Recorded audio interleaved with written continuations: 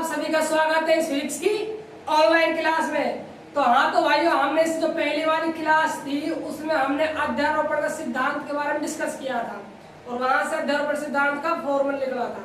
याद है आप सभी के? मैंने आपसे कहा था कि अध्यारोपण सिद्धांत के बाद हम अध्यारोपण सिद्धांत में जो कुछ क्वेश्चन है, बुक के एग्जाम्पल्स है, उनको देखेंगे। लेकिन देखो यहाँ पर जो अध्यारोपण सिद्धांत से रिलेटेड जो क्वेश्चन है वहां पर हमें समबाहु त्रिभुज की चर्चा करनी पड़ेगी। जब हम एग्जाम्पल करेंगे बुक के एनसीईआरटी के, तो वहां पर हमें डायग्राम दिया होगा समबाहु त्रिभुज का। किसका? समबाहु त्रिभुज का। तो कुछ समबाहु त्रिभुज डायग्राम देगा तो वहां से हमें कुछ प्रॉपर्टी की आवश्यकता पड़ेगी जब हम क्वेश्चन को सॉल्व करेंगे। तो इससे पहले मैं क्वेश्चन ना करवा के आपको समबाहु त्रिभुज की प्रॉपर्टी को करवाता हूँ कि समबाहु त्रिभुज क्या होता है, क्या क्या इसकी विशेषता होती है। तो आप हेडिंग डालिए समबाहु त्रिभुज। समबाहु त्रिभुज, ठीक है भाई, हेडिंग डाल लीजिए समबाहु त्रिभुज। देखो मैं एक पॉइंट नोट करवा रहा हूं, आपको नोट करते करते चलना है। देखो पहले नाम से देखो, समबाहु त्रिभुज यानी कि ऐसा त्रिभुज जिसकी तीनों भुजा क्या हो, समान हो। तो स्टार लगाइएगा बाबू। क्या स्टार बन गया? तीनों भुजा बराबर होगी, पहला पॉइंट ये बन गया। ठीक है, अगला स्टार देखिए, इसमें देखो तीन भुजा क्या होती है, बराबर होती है और प्रत्येक कोण होता है भाई 60 डिग्री का। इंपॉर्टेंट है, प्रत्येक कोण कितने डिग्री का होता है? 60 डिग्री का। प्रत्येक कोण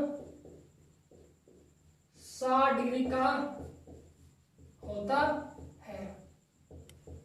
ठीक है भाई, यहां तक पहुंच चुके हैं आप। समबाहु त्रिभुज है, तीनों भुजा बराबर है, प्रत्येक कोण 60 डिग्री। त्रिभुज के तीनों कोण में कितना होता है? 180 डिग्री और प्रत्येक कोण 60 का हो जाएगा भाई। ठीक है, अब देखिए आप डायग्राम देखिए समबाहु त्रिभुज का। भाई ये कोई समबाहु त्रिभुज है, थोड़ा बड़ा ले लेते हैं समझने के लिए। इसको नाम दे दीजिए ए बी सी। ठीक है, अब ये समबाहु त्रिभुज है तो इसकी भुजा मान लीजिए। मान लीजिए क्या है? इस भुजा एल है तो डेफिनेट ये भी एल होने वाली है, ये भी एल होने वाली है। कारण क्या है इसका? क्योंकि समबाहु त्रिभुज की तीनों भुजा क्या होती है? बराबर। तो आप लिख सकते हो ए बी बराबर बी सी है और बराबर क्या है? ए सी है। और कितना है? एल माना है ना। ठीक है, अब देखो आप आगे यहां से चर्चा चालू होती है समबाहु त्रिभुज की। अब जरा मूल निकाल दे। देखो ये समबाहु त्रिभुज है, ये क्या बन गया इसका भाई? इसको मान लीजिए ओ। याद रखना हमेशा, हमेशा क्या जिंदगी में याद रखना भैया, क्या होता है जो समबाहु त्रिभुज होता है उसमें केंद्रक, परिकेंद्रक और अंतकेंद्रक तीनों समबाहु त्रिभुज के केंद्रक पे ही पाए जाते हैं। कहने का मतलब ये है, आपसे कोई पूछ ले कि ऐसी आकृति बताइए त्रिभुज की जिसमें केंद्रक भी, परिकेंद्रक भी और अंतकेंद्रक पाया जाता है, तो आकृति का नाम होगा भाई समबाहु त्रिभुज। ठीक है, तो लिखो इस पॉइंट को। एक मात्र समबाहु त्रिभुज है जिसमें में क्या पाया जाता है? केंद्रक, केंद्रक, अंतकेंद्रक, कोमा परिकेंद्रक होता है, होता है। ठीक है भाई, देख मेरे यार, एकमात्र समबाहु त्रिभुज है जिसमें केंद्रक, अंतकेंद्रक और परिकेंद्रक होता है। अब देखो आप आगे मान लीजिए, थोड़े से पॉइंट यहां लिख दीजिए समझने के लिए, ये लिख दिया। ठीक है, देखो मैंने शीर्ष ऐसे इस केंद्र को मिलाया और इस शीर्ष से मैंने इस केंद्र को मिला दिया, बी शीर्ष से मैंने इस केंद्र को मिला दिया। बात क्लियर है? तो देखो क्या होता है, तो ए ओ सी और क्या है ओ बी, ये जो लेंथ होती है आपस में क्या होती है? हमेशा बराबर होती है। जो भाई ए है, ओ सी है और ओ बी, ये क्या होती है? हमेशा बराबर होती है। बराबर क्यों होती है? देखो दिमाग लगा जरा, ये क्या है? शीर्ष से शीर्ष हमने किसको मिलाया? केंद्र को मिलाया। ये भी तो समबाहु त्रिभुज का शीर्ष हुआ सी, इससे इस केंद्र को मिलाया। ये भी समबाहु त्रिभुज का शीर्ष है, शीर्ष से केंद्र ओ को मिलाया। तो सीधी सी बात कहना चाहता हूं कि जो ओ है, ओ सी और ओ बी क्या होने वाले हैं? बराबर होने वाले। तो लिखो इस बात को, यहां ओ ए बराबर है ओ बी बराबर है ओ सी। अभी पता नहीं इसकी वैल्यू कितनी होती है, वैल्यू हम ज्ञात करेंगे अभी। ठीक है, अब देखो आप आगे आज क्या होने वाला है देखो, अब मान लीजिए मैंने इसको मिलाया यहाँ तक, ठीक है, मैंने क्या किया, इस ये एल भुजा है कंप्लीट, ये यहाँ पर डी पर प्रतिच्छेद कर रही है, जो भाई एडी है इसको समबाहु त्रिभुज की बोली जाती है माध्यिका। क्या बोली जाती है बाबू? माध्यिका। याद रखना यहाँ एडी क्या है भाई? माध्यिका होगी भाई। और माध्यिका का काम क्या होता है? हमेशा बराबर दो हिस्से करना भाई, समान भागों में बांटना। यानी कि हमने एडी माध्यिका खींची है तो सीधी सी बात, जो बीसी है आधी आधी डिवाइड होने वाली है। आधी आधी का मतलब क्या है भाई? कंप्लीट तो एल थी, अब क्या हो जाएगी? ये L/2, ये भी L/2 होने वाली है, ठीक है। यदि आप इस चीज से यहाँ पर इस पर माध्यिका डालते तो ये क्या हो जाती, फिर आधी आधी हो जाती। ऐसे ही इसी प्रकार आप BOA यहाँ आप माध्यिका बढ़ाते तो जो ऐसी भुजा है वो क्या होने वाली थी? आधी आधी हो जाती, ठीक है। अब देखो दिमाग लगा जरा, अब मैं देखो क्या कर रहा हूँ, थोड़ा सोचना है, ठीक है। ADC क्या है भाई? ADC और माध्यिका है, यहाँ पर जो लंबा लाया आपने डेफिनेट, ये क्या हो जाएगा? 90 डिग्री का। तो ADC क्या बढ़ गया? समकोण त्रिभुज बढ़ गया। मैं इसको अलग निकाल रहा हूं भाई, ध्यान देना ना, ठीक है। अब देखो ADC ये 90 डिग्री हो गया, ठीक है। ये भुजा कितनी होगी? L/2 है आपकी, और ये भुजा क्या है आपकी? L है, ठीक है। अब मुझे क्या चाहिए भाई? अब मुझे चाहिए क्या? AD याद करनी है हमको, AD माध्यिका की लंबाई। तो देखो AD याद करनी है तो AD कैसे याद करो? देखो ये L हो गया, ये L/2 हो गया, समकोण त्रिभुज है। समकोण त्रिभुज में कौन सी में लगती है? पाइथागोरस में। वह सबसे बड़ी भुजा क्या होती है? इसकी कर्ण होती है, और ये आधार हो गई, और ये क्या हो जाएगी? लंब हो जाएगी। तो यहाँ पर क्या कह सकते हो आप? AC का जो स्क्वायर होने वाला है, कर्ण का स्क्वायर बराबर होगा आधार स्क्वायर, लंब स्क्वायर और आधार का होल स्क्वायर, ठीक है। AC की वैल्यू कितनी है आपके पास? L का स्क्वायर। AD कितना है? ज्ञात करना है AD तो, ठीक है। DC बताना जरा, L/2 है, यानी कि L²/4 होने वाला है, ठीक है। अब देखा आगे AD का स्क्वायर, इसको यहाँ पर आपको इसकी वैल्यू ज्ञात करनी है आपको, इधर यहाँ पर ले आओ उठा के, क्या होने वाला है? L²/4। AD का स्क्वायर, एलसीएम क्या आ गया? यहाँ से 4 आ गया, 1 का 4 भाग देंगे 4 बढ़ जाएगा, 4 किसी गुणा करना है L², 4L² माइनस का L², ठीक है। AD का स्क्वायर 4L² में से 1L² जाए क्या बचने वाला है? 3L²/4। हमें तो AD की वैल्यू चाहिए भाई, तो AD की वैल्यू निकालनी है तो स्क्वायर हटेगा क्या जाएगा? इस कंप्लीट का रूट आने वाला है, ठीक भाई।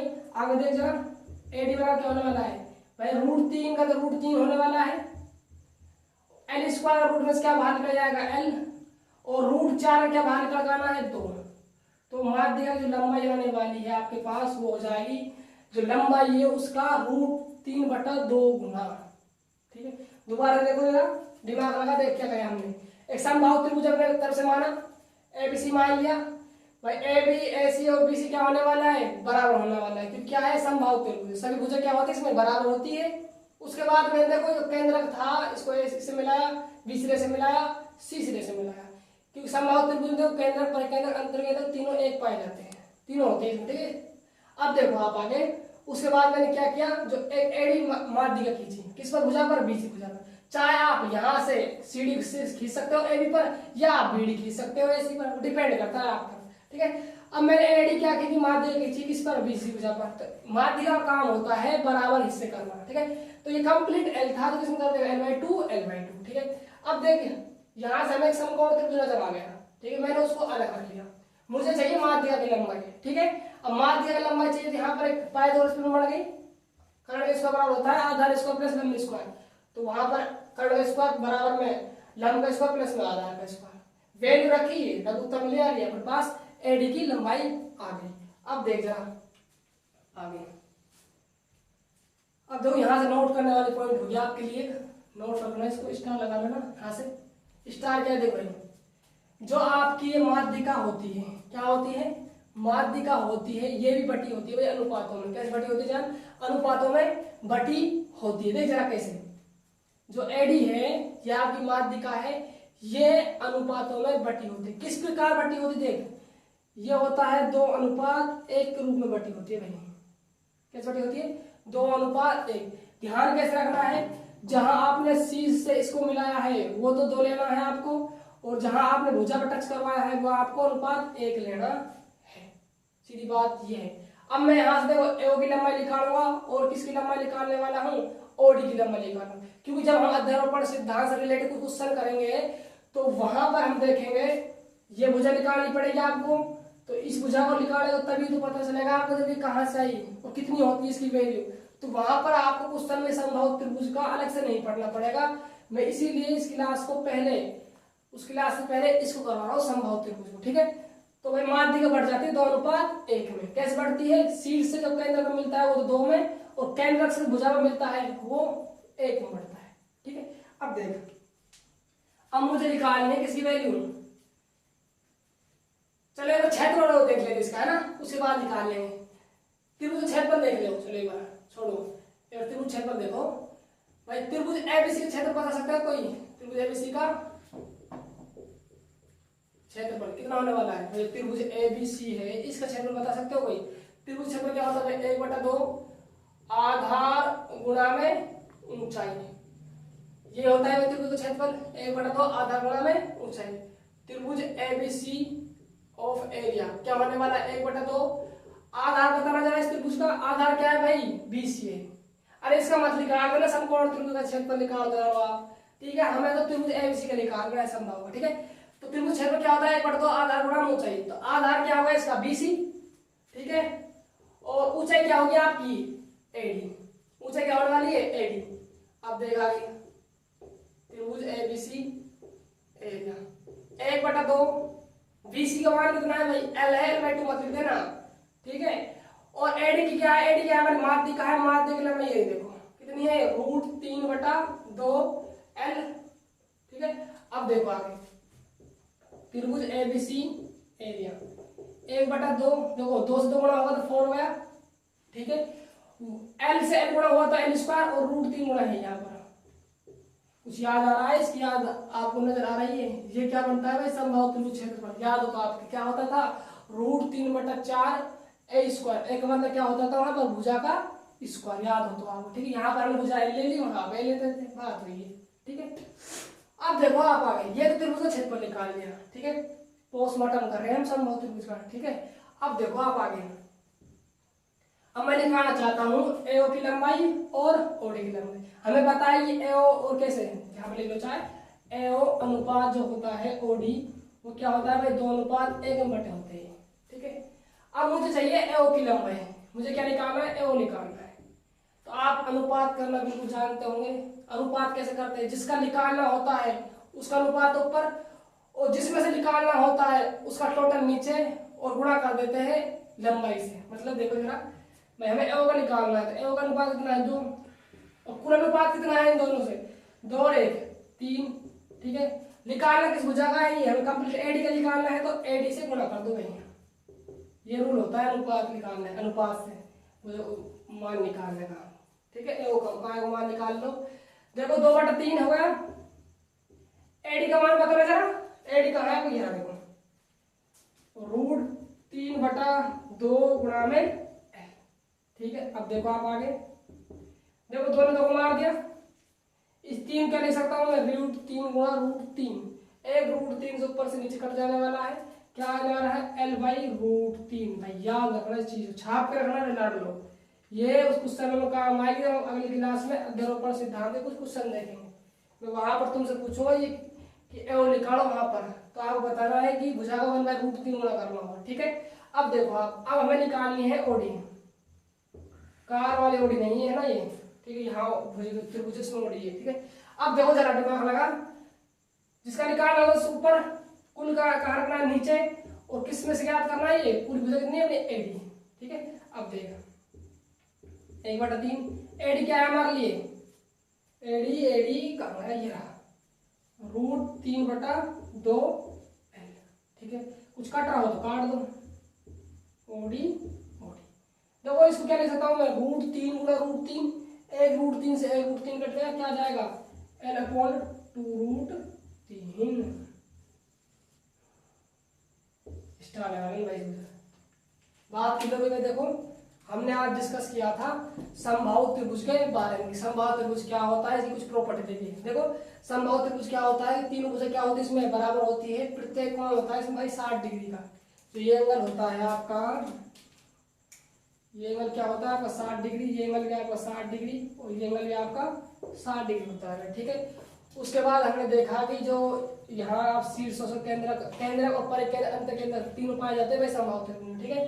तो ए ओ सी और ओ भी हमने मिलाया, तो जो लंबाई होने वाली क्या होगी मेरी समान होगी, यहाँ पर समान लिख दिया, ठीक है। उसके बाद मैंने क्या किया, जो एडी यहाँ पर क्या डाली, माध्यिका डाली। माध्यिका का काम होता है भुजा का बराबर बराबर हिस्सा करना।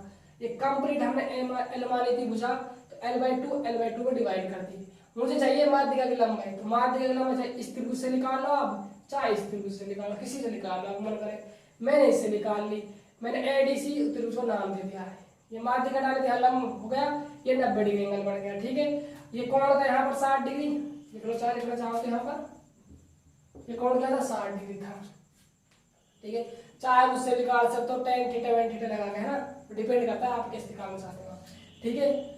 ठीक है भाई, वहां से एंगल लिया, वहां से पाइथागोरस में लगे, वहां से कुछ एलसीएम लिया और ये प्राप्त हुआ आपको एडी की लंबाई आ गई। अब एडी जो माध्यिका ये भी अनुपातों में बटी होती है भाई, केंद्रक से शीर्ष तक कैसे बटी होती है और केंद्रक से भुजा किस प्रकार बटी होती है, तो 2 अनुपात 1 के रूप में ही बटी होती है, ठीक है। उससे पहले हमने डिस्कस किया था समबाहु त्रिभुज का क्षेत्रफल निकालने, चलिए वो क्षेत्रफल देख लेते हैं किस प्रकार निकालते थे। त्रिभुज है समबाहु त्रिभुज, और सभी त्रिभुज का क्षेत्रफल क्या होता है 1/2 आधार गुणा ऊंचाई। तो आधार क्या होगा इसका BC, ऊंचाई क्या होगी इसकी AD, वहां पर लिखा हुआ है। BC का मान कितना है, कंप्लीट L है, L लिख दिया। AD क्या है, माध्यिका लंबाई क्या निकाला हमने, √3/2 L, तो वहां पर उसकी वैल्यू रख दी। वहां से L से L गुणा हुआ तो L स्क्वायर आ गया, 2 से 2 मल्टीप्लाई हुआ तो 4 आ गया, √3 ऊपर चल ही रहा है, तो ये क्या आ गया अपना एरिया आ गया समबाहु त्रिभुज, ठीक है। उसके बारे में मैंने AO और OD का मान निकाला। AO और OD कैसे बटे होते हैं, 2 अनुपात 1 में। अनुपात कैसे सॉल्व करते हैं, जिसका निकालना होता है ऊपर और कुल अनुपात नीचे, और जिसका कंप्लीट भुजा से निकालना है अनुपात चेक करना है उससे गुणा कर देते हैं, गुणा करने के बाद ये लिखना है, सेम प्रोसेस इसमें। तो ये आपका जो समबाहु त्रिभुज का बेसिक था वो कंप्लीट हो गया भाई। ये बहुत ज्यादा इंपॉर्टेंट है क्योंकि फिजिक्स में समबाहु त्रिभुज पे क्वेश्चन बहुत बनते हैं, तो इसीलिए मैंने पहले आपको समबाहु त्रिभुज के बारे में कंप्लीट जानकारी दी कि समबाहु त्रिभुज क्या होता है, ऐसी कुछ प्रॉपर्टी बताई, ठीक है। तो आपको सबसे पहले क्वेश्चन करने से पहले भैया अध्यारोपण सिद्धांत, देखो मेरा कहना है अध्यारोपण सिद्धांत से संबंधित क्वेश्चन करने हैं तो पहले समबाहु त्रिभुज आना चाहिए आपसे, ठीक है। अब मैं इससे अगले वाली जो क्लास लूंगा आपकी उसमें डिस्कस करूंगा समबाहु त्रिभुज के जो क्वेश्चन थे अध्यारोपण सिद्धांत से रिलेटिव, उनके बारे में डिस्कस करेंगे। तो आप सभी से रिक्वेस्ट है कि आप भाई कृपया इनको पढ़ते हुए चले, क्योंकि जब तक आप बेसिक क्लियर नहीं करोगे तो आप टॉपिक समझ आने वाला नहीं। और जो छात्र हमारे साथ आज नए जुड़े हैं तो कृपया भाई पिछली वीडियो को जाकर देखें, क्योंकि उन वीडियो को आप देखोगे तभी आपको ये वीडियो समझ आने वाली है, ठीक है। तो मिलते हैं नेक्स्ट क्लास में, बाय बाय, टेक केयर।